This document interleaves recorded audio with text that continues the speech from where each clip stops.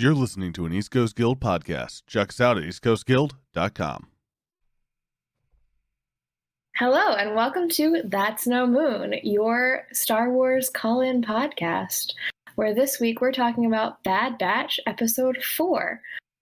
This is your spoiler warning very early on in the episode. If you've not watched it, just pause, come back, leave the stream, whatever you need to do. I'm Leah. And I'm Jim. And we are your hosts. And without further ado, the Bad Batch Ep.4. All right. Now, I already know that we have some did you read my tweet of my initial thoughts? I did. Okay. So we have I thought it was a good episode. I did. I thought every episode was a good episode. I know you said it was your favorite episode so far. Yeah, I'm not sure it was because of the plot. Something about the animation in this one stepped up to a whole new level on Pandora. Yeah, and I don't know, maybe I just didn't get it didn't look too different to me the both times I watched it, but I'm wondering if there was some aspect of stuff's not playing at 4K for me like it should be or something like that. Like maybe there is an upgraded something, like they finally upped their quality, but I just couldn't see it. I did watch it on a 74-inch TV this week, so that might may have have also helped. Yeah, it might have helped a lot. Normally it's on my phone at the gym, but yeah, I'm usually watching it on my phone at work. Sits right here, and I'm watching it, and I'm like, yeah, this is really good.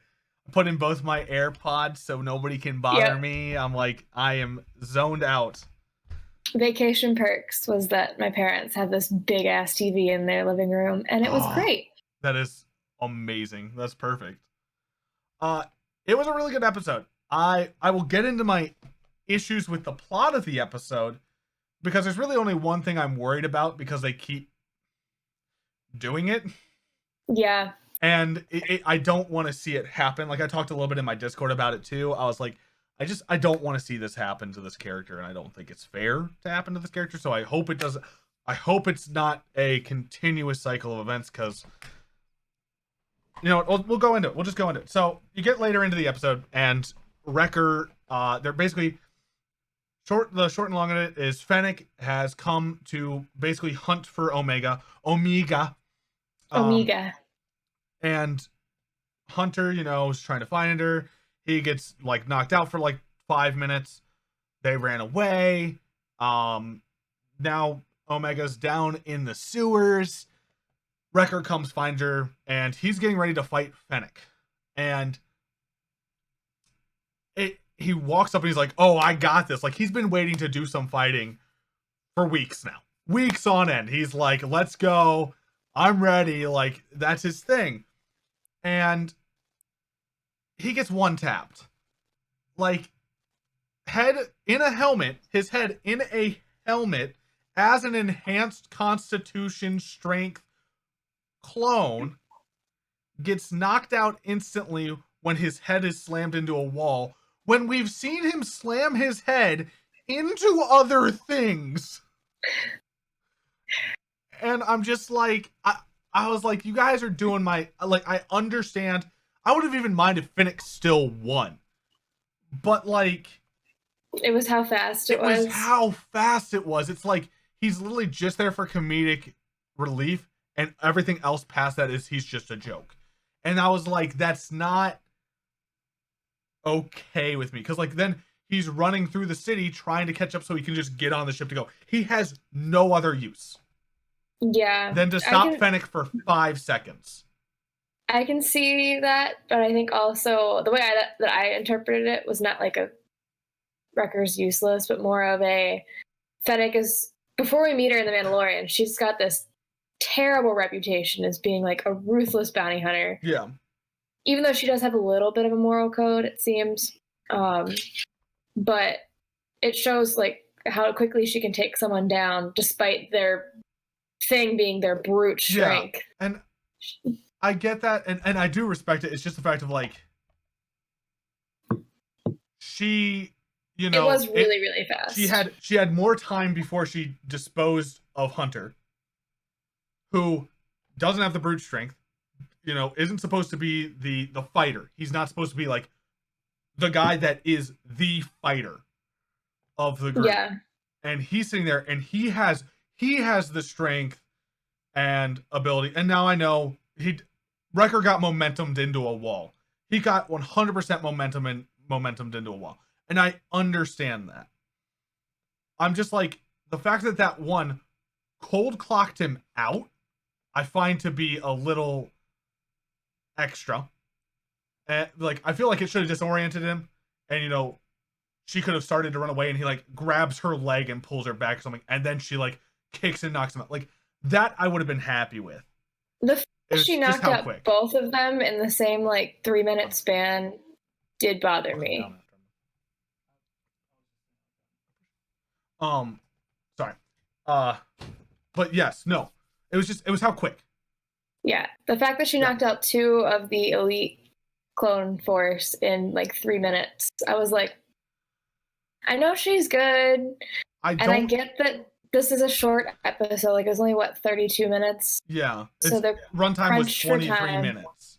Oh, 23 minutes. I got it backwards. Mm-hmm. So like they're crunched for time, but also that was, I don't know. Yeah, I did feel like it was a little bit too easy. Yeah, I just felt like it was too easy. And like, even if you took out some of like the transition-y, like you could have shortened some of the other scenes or made them happen quicker. Like under a real time crunch. It's not airing on network TV. Like you don't have to be under that. Like it's your goal. You can do whatever you want with it. Like there's no commercial breaks holding you to a 23-minute episode. Like there's nothing that's going, you have to do it in only 23. Like you could have gone to 25 and extended those scenes, and where again, I get like it's supposed to make her seem super BA, super awesome, like, and I respect that. She should be. We need to have those strong characters. We like, even if they're not necessarily under the proper moral compass all the time, we need to have strong characters to represent for every fan that's out there. And I love that they're having Fennec in there versus Boba Fett. I love that they're having that female bounty hunter to show that, to continue pushing some of that. Like I like that.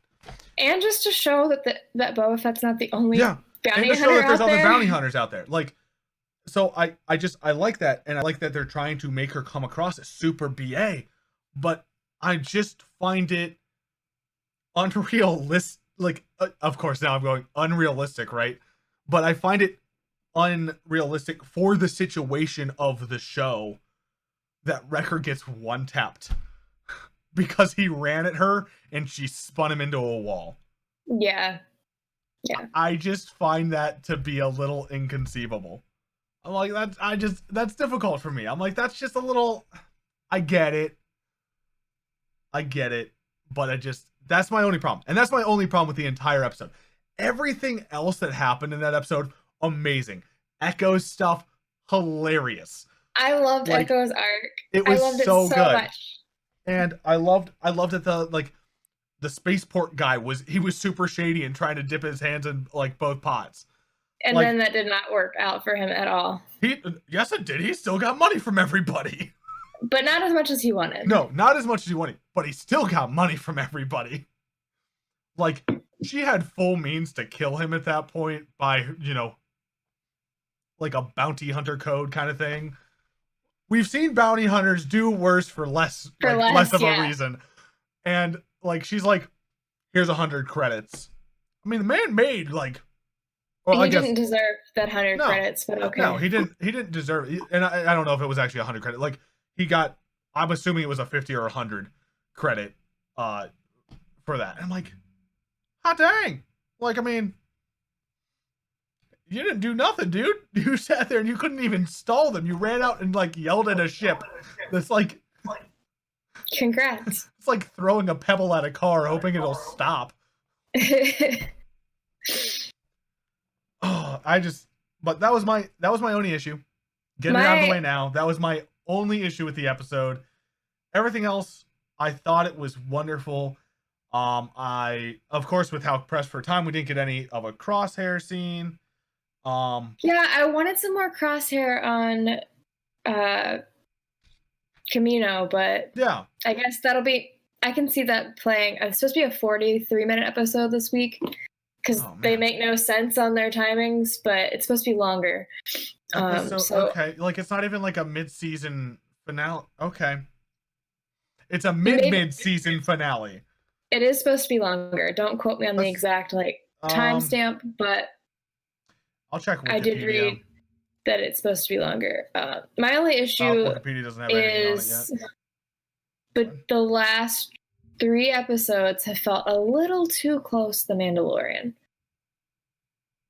Just a little. Like, I can see that. I know Filoni's on both shows, but we kind of have this formula going of there's a kid with his adoptive family, and they're flying through the galaxy doing missions, and they're just a little too close. Like, he tries to leave the kid of the family, and then they land on a weird planet with things that try to eat them when the ship breaks down, like Grogu and the eggs. And now we got which feels a lot like the episode of Mandalorian in season 2 where they're on the planet with the Mon Calamari. It just felt a little bit too similar to season 2 of the Mandalorian. Straight up, I didn't have a second problem until now. Now I have a second problem. That's very fair. I still love this episode, and I still love the season, but yeah. I hope that this week we see something out of the blue that's not 44 minutes. That 44 minutes, it could finally be time for Rex or a confrontation with Crosshair. We said that last week and we got Fennec instead, so. I mean, I'm not complaining, and here's the thing. If we say it every week, eventually we'll be right. We will eventually be right, because he is in the trailer. I don't know. I would say with a 40-minute episode, it is justifiable for like a one-off. Like, Fennec's going to come back. Oh, yeah. That's going to be... For a fan favorite like Rex, I don't think Rex is going to be involved in more than 1 or 2 episodes. Yeah. In the entire series. Like... Yeah, because he's going to serve his purpose, and then... he's off doing his own thing. Which we see in Rebels. And he even says, he doesn't do a lot in between the end of the Clone War and getting there. Just slinging for Jupas. Yeah. So unless they keep going with the 40-minute style, next episode could prove to be a good time to see him as well.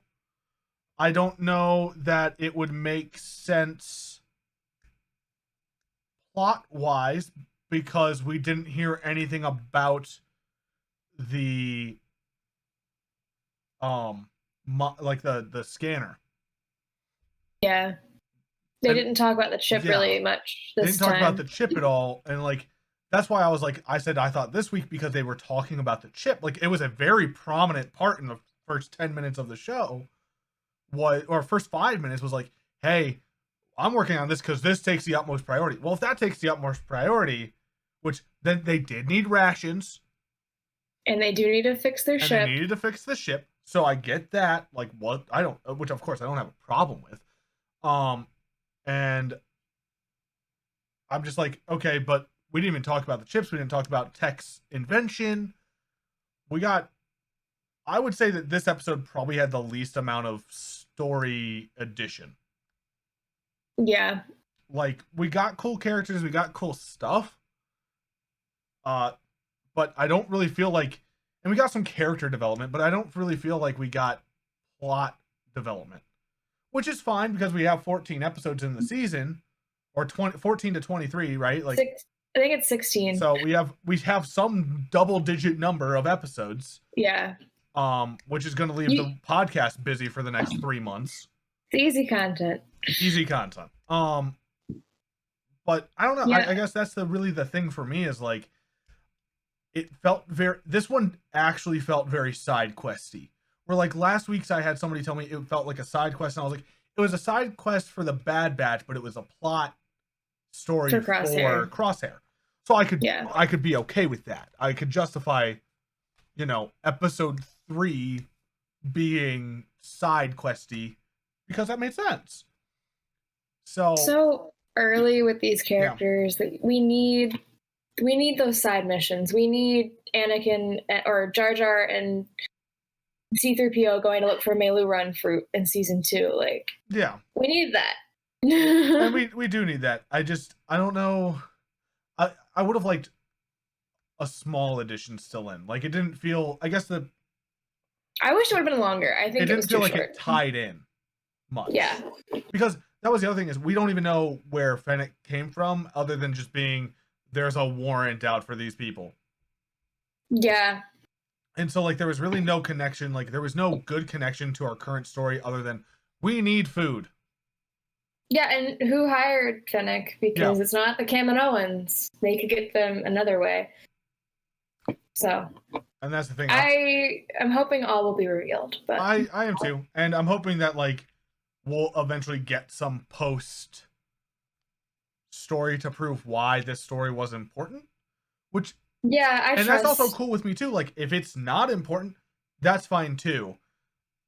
I might complain about it not being important, but I'm okay with it. It's just, I think also as, like, as a fan, I'm like sitting here going, I want more, and I don't want to wait for more, but I want more. And I think that's the tough part also, is like when you have a side mission and you're keeping up with a show week to week, and you get a side mission, you're like, oh, but, like, I want to know where we're going. Yeah, I think that overall, these 16 episodes will obviously go over much better when you're binging them. Oh, yeah. That's the podcast that I listened to. When they did their recap of Clone Wars, they're like, back in 2011, when this was the one episode we got for the week, it really sucked that the whole episode was about Melu Run fruit. But now watching it back in the context of a whole season, it's a nice breather from the action. It gives you a sense. And I think that's the thing, though, I still liked about Mando. Like, Mandalorian did really good because their side quest episodes still felt like they had impact on everything that's going on, because it was never, and I guess maybe that's the thing, it was never a ration run, right? Like, I guess, like Frog Lady still has this, like, moment where you realize how much Grogu and Mando have bonded, and exactly, like, it still has importance to the entire whole, because then it also still leads them to where they meet Bo-Katan. Like it's a side quest that led to something better, and I'm hoping that next week we see that leads to something better. But, like, even the Frog Lady episode, which was what, episode 2 of the season? 2 or 3. Yeah, 2 or, like, it was early on in the season. Like, that episode still, it kept you like, okay, like, it was a solid side quest because you knew that it was going to do something to further the quest of our heroes and build them more. And I don't know that this really helped build anybody other than Echo, which is fine, but I mean, it also wasn't an Echo-centric episode, like, the person who got character building wasn't even the center of the episode. No, but his character building, his scenes were, I think it's why it's my favorite, because the little, where he goes, okay guys, it's time to go into the field now. I was like, why do I love this episode so much? So for those that are wondering how we've shifted to this, the spot where Echo, he got sold for 3,000 credits as a droid to which was funny. And then he's like sitting there, they put him in this holding cell with 4 other droids, these little astromechs and 1 protocol droid. Yeah, and it was basically like, hey, you're gonna pretend to be this guys until we call you, then just leave. Like, meanwhile, they're trying to put the ship back together, and Tech's like, unless you have an army of astromech droids at your disposal, and Tech goes, okay, or Echo goes, okay, boys, time to hit the field. Yeah, right? They were so cute. I just love astromech droids anyway, though. Oh, astromechs are spectacular, and the whole thing altogether just makes me happy, and it was such a funny episode. He's like, because they were like, okay, well, now you can go back to being the leader. And she was like, you heard him, boys. Like, the protocol droid, because she was in charge. And they all just follow her back to the shop. Oh, yeah. Which was just spectacular. Oh, man. I found it to be entirely, like, it was entertaining. I loved it. I think just in the analytical side of to things, talk about and discuss this week. Like, yeah, and there's not a lot to talk about or discuss. It's just, I know, like, for me, like, there's where my concerns would have been with the episode, was like, it didn't feel like it really added much overall, or I mean anything, and then it was just, you know, side, which it's fine. Like, again, side episodes are needed. You need to have your side quests to break up the story. Yeah, no problem with that. If I'm gonna nitpick, though, that's where my issues are. Like, yeah, otherwise, like, it was really cool. You got to see Fennec do a lot of really cool things. You got to see Omega be useful, which was nice. Like, not like that she's useless, but and almost die hanging off a building. That was a little stressful. She almost died 3 times this episode. She almost got run over by a speeder. She almost fell off a building, and then she almost fell off of a trash truck, like a dump truck.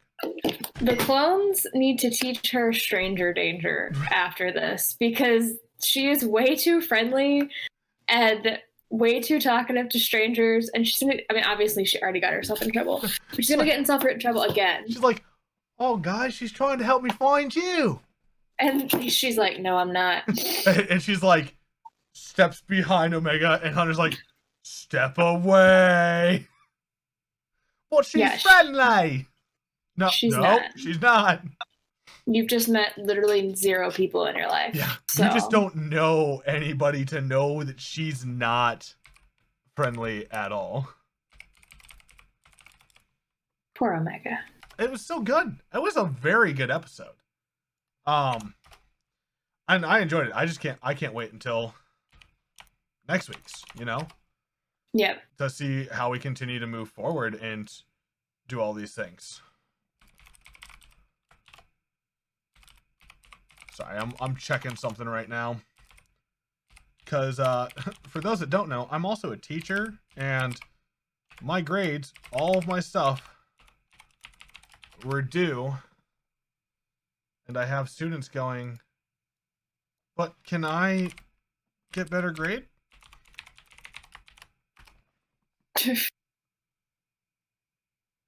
I'm trying to find the runtime for the next episode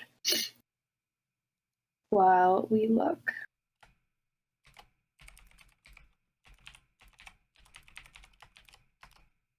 That is my password. What are you talking about? That's not my password. Okay, cool. Also, if you guys have any questions, you guys are more than welcome to drop them into chat, and we will gladly answer them when we get the time, which we of course have the time. I'm trying to In the meantime, I finished Thrawn this morning. I love it so much. It was so good. I was very hesitant because a lot of the books that I've read that got really hyped up in this canon challenge were disappointing. Like Catalyst was the last one, and I just wasn't impressed with it. And so I went into this like with very low expectations because I didn't want to get burned again. And it was so good. And Timothy Zahn is a master. Obviously, he invented the character, so he knows him better than anybody else. But I cannot wait. I don't think I read Alliances for like another month, and I'm really sad about it. It may be sooner than a month. It may be next. Alliances was really good. It takes place a couple of weeks after the first run. I really liked the peek into Governor Price. Like, I liked that there were the parallel plots happening there. I think like I was talking.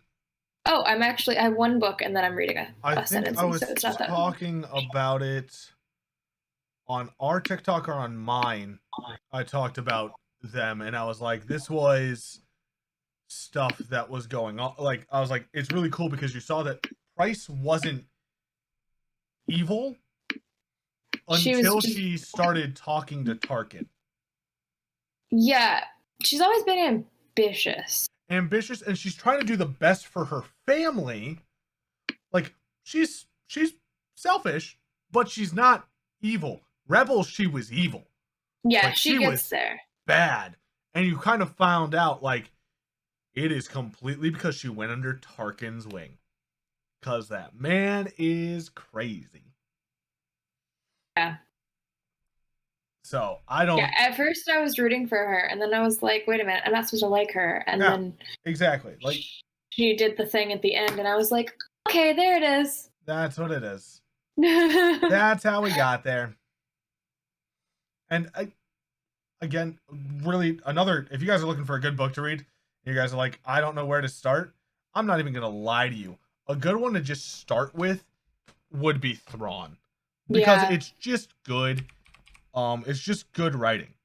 It is dense, but it's not like dauntingly dense. I listened to it and I really liked it. I really liked it a lot. I read it while I was at the beach. It's 432 pages though, so yeah. Take that as you will. I don't know that I would have been able to get through it reading it. Like Audible has made a lot of this stuff very, very, very easy for me. And so that's been incredibly nice. Personally. So it was nice because right after that I jumped into a middle grade novel. So it was a nice like brain decompression after reading 400 pages to read a 150 page Lando adventure. So just so many good things going on. Yeah, next I'm reading the Imperial Cadet comics, and I'm very excited about that one. Which will also be good. I look forward to hearing about how like some of these things are going to end up being, you know? Yeah, this month I've read comic-wise, I read the Jedi Fallen Order ones. They were fine. They were not what I expected. I was expecting like a precursor to Fallen Order where it focused on Cal Kestis. Not at all. It's just some other characters that you never...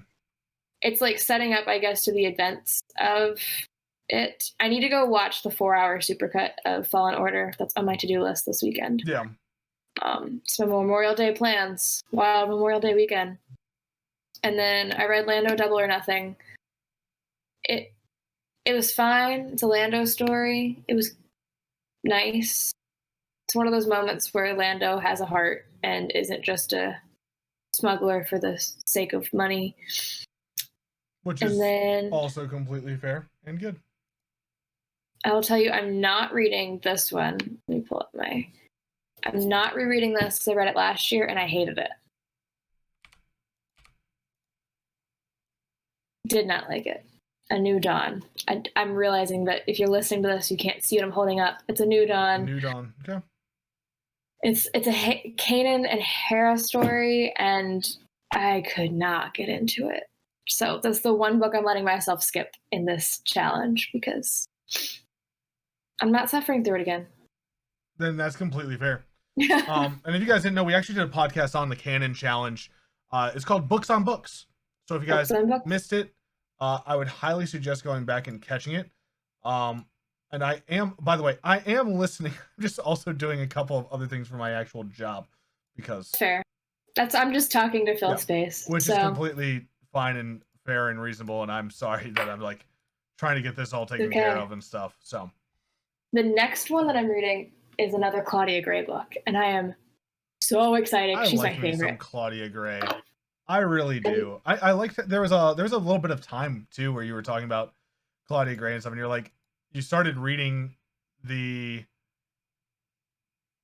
Into the Dark, and you're like, I don't know what's going on. She's being weird, and then like, but I trust her. Then you're like, but I'm gonna trust her on it. And we got through it, and you're like, oh my gosh, it was so good. Like we both were like, oh, we got there. That was a really good one too. I'm sad that she doesn't have a book in the next wave, but I'm guessing she'll get one in the third wave. Oh, she probably will. She probably doesn't need to take as much time to write one, but she's probably taking a lot of time to write her next one in. Which they haven't really announced the third. I guess we'll get the third wave announcement when the second wave drops. Because how it happened the first time, so we'll find out at the end of the month what's coming in the fall. which is going to be exciting too. By the way, guys, if you want to ask us any Star Wars questions, please consider jumping into the Discord, so that way you guys can come and ask us questions live. So that way we can, converse with you guys and stuff like that if you guys want to be into it and whatnot. Let me see. Anything else on episode 4 for Bad Batch that you want to talk about before we continue to keep rambling? We did the Easter. I will say eggs again. We didn't go over the summary of this, which I actually prefer that we don't focus as much on the summary. But we actually just it does take a lot of time. It just takes a lot, and I feel like we don't actually the past couple episodes we haven't really talked about the episode. I guess one thing is where do we see it going from here, which we talked about a little bit. I don't know where we're going. We're going to go to that planet that was uninhabited. I think they were going to try to head to, which they mentioned at the beginning of the episodes. Oh, yeah. Hunter says that they should go to Idaflor. Which is an uninhabited planet, which makes it perfect to hide, which, of course, made Omega sad because she wants to see the galaxy because she's been on Camino for the first 9-10 years of her life. And that's not okay, even though I'm you understand that some people never actually get the opportunity to leave. Luke didn't leave till he was 17. Yeah, some people don't get the opportunity to just go. I was you are most of the clones for the beginning of their lives, right? Most of the clones for the beginning of their lives, they didn't get to go. Unless they were super lucky to go on a preliminary mission. They're not going anywhere. And I was they weren't going anywhere doing anything. So I was I don't really know what to tell you. I think I that's one thing that I find interesting with her is I think she's going to end up being too smart for her own good. I feel intelligence is probably her enhancement. I think it's going to be part of her. I still think that she has a lot of them. I think she has more than one. I don't think that she, of course, has brute strength. Yeah, there's a theory that she's all of the batch together, but I don't think she's any stronger than a normal 10-year-old. So yeah, I was gonna say I don't think she's any super stronger or anything like that, which is fine with me. I have no problem with that. And that makes sense. I just was it'll be interesting to see what happens with her story for that reason as well. So there were some great Easter eggs in this episode that I'll point out if we want to keep talking about it. Oh, heck yeah, let's do it. There were loath cats, which I missed until I read this article. Wait, what were those? Those weren't the tiny little things that she went and pet, right? That were barking? No, those are different. So those are when they're dog things. When they're walking through the city when they first get there, they're at their feet scurrying by apparently. Oh, I missed that. There's a screenshot in this article. The little stormtrooper doll that she picks up in the shop, we see those again in Rogue One, which implies that Imperial children play with stormtrooper dolls like American children play with G.I. Joe dolls. Which makes sense. Makes complete sense to me. When she's talking to those little dog thingies in the cart, she says hello there, and the internet collectively lost its mind at Dave Filoni putting a hello there in the episode. Those little things are called Vorpacks, and they were first seen in Legends, but were canonized in Solo because Kira wears their fur as a fashion accessory. Animated Vorpacks regularly appear in Star Wars Resistance, which is why we've probably never seen them before. Well, I posted up on our TikTok the other day. I was is Star Wars better off in long form content? Is it just going to be better as as long form content? Is that going to be the best part of is that the way to go? And everybody that commented was like, yes. Everybody was like, I was like, what do you guys think? Is it or is it not? And everybody's like, yes, it's the way to go. Like, we get so much more. I was like, we have somehow avoided all of the gatekeepers on our TikTok so far, which we're at 100 on our TikTok. Yay! But we have avoided any blowback on anything I've said yet. That's impressive. I did kind of tear Saw Gerrera a new one. Yeah, he deserves it. But I was like, he's just kind of crazy. I went through his life a little bit.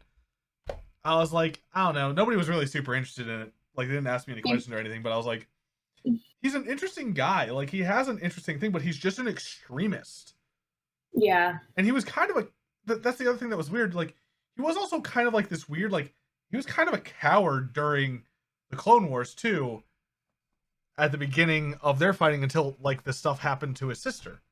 If I remember correctly, and maybe I'm remembering wrong. Like, I know he wanted to fight, but he was, like, also still kind of scared of going and doing this stuff. And then, like, after his sister, that was just, it flipped a switch. Those episodes, because it's been a while. Yeah, it's been a long while, but I was like, I thought it was interesting, all the stuff. And there might have been somebody else I was thinking of, but it was like, dang.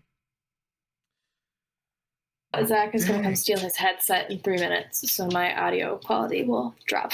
In 3 minutes. We could also just have a short one if he lets us round out to 40. If you want. He said in about 3 minutes. About 3 minutes. So, I guess we'll just go short today, guys, which is fine. We will probably look in the future to having a little bit more substance. Huge news thing that everybody thought was news that happened a while ago, so now everybody's freaking out about it. Dave Filoni has been marked as an executive creative producer, which has been known for a year. And so apparently, now everybody's freaking out. They're like, yeah, we finally are going to have this. I was like, he's been one for a while. Apparently it happened a year ago and they just updated the website. Yeah. But you know who promoted him? Kathleen Kennedy. So how dare you insinuate that she is helpful in any way? How dare you? When all she does is greenlight these wonderful projects like the Bad Batch, Mandalorian, every other thing that's going on. She is the devil. How dare she give us more content and let her writers do what they do best? I know. How dare she promote people who actually care about Star Wars? Just don't get it. I never understand. Oh man, I've never understood. It's just like people were talking about one of the guys. They're like, well, this guy said this thing, and it's like, the guy's been a keeper of the lore for 40 years. Like, yeah, he said a mean thing to a couple of people. I get it. He's a jerk, but he still is a knowledgeable source of reference. Yeah. For the universe. We can't take that away from him. Like, that's not possible for us to do. He's been holding on to the lore for 20 to 40 years. I was like, I get that he's a jerk. Because he was, I don't know if you saw about that drama. Not that we're a drama channel, but just to fill the time. It was like Star Wars Theory, which I've been watching more of some of him here or there. I don't agree with him on a lot of things. And the way that he does say his opinion is sometimes it comes across as it's not an opinion. But it's fact. And I'm like, so I don't really watch him too much because of that anymore. But he got super emotional when he saw Luke come back in Mando and got made fun of by one of the lead writers for Lucasfilms. And so everybody now is like, we hate this guy. We hate him. And it's like, I get it. Like, he was a jerk, but like, he's not going to get fired for it. Like, yeah. Good on you, Kes. I hope it makes Star Wars sounds, that new air fryer. It'd be cool if it made it actually would. I would totally taking get one. Off. That'd be wonderful. The hyperspace sound when you press start. That would be cool. I have a R2D2 Instant Pot, and I was very disappointed that it does not. That's sad. Why would it not? I don't know. That is silly. 100% all right, silly. I gotta get my headset back. All right. So Well, then let's end up real quick. All right, guys, we're sorry for the short episode. We didn't have too much more to add on. As I said, this was a side quest episode, so we didn't get like a lot to like really discuss and go through with it. If you guys ever have questions, you guys can tweet us, ask us on TikTok, come into the Discord, anything like that. All that stuff should be down in the show notes. If it's not, then tweet at me for that reason. That being said, we hope you guys have a great day. Stay awesome, do great things. may the force be with you. Always. Adios. Bye.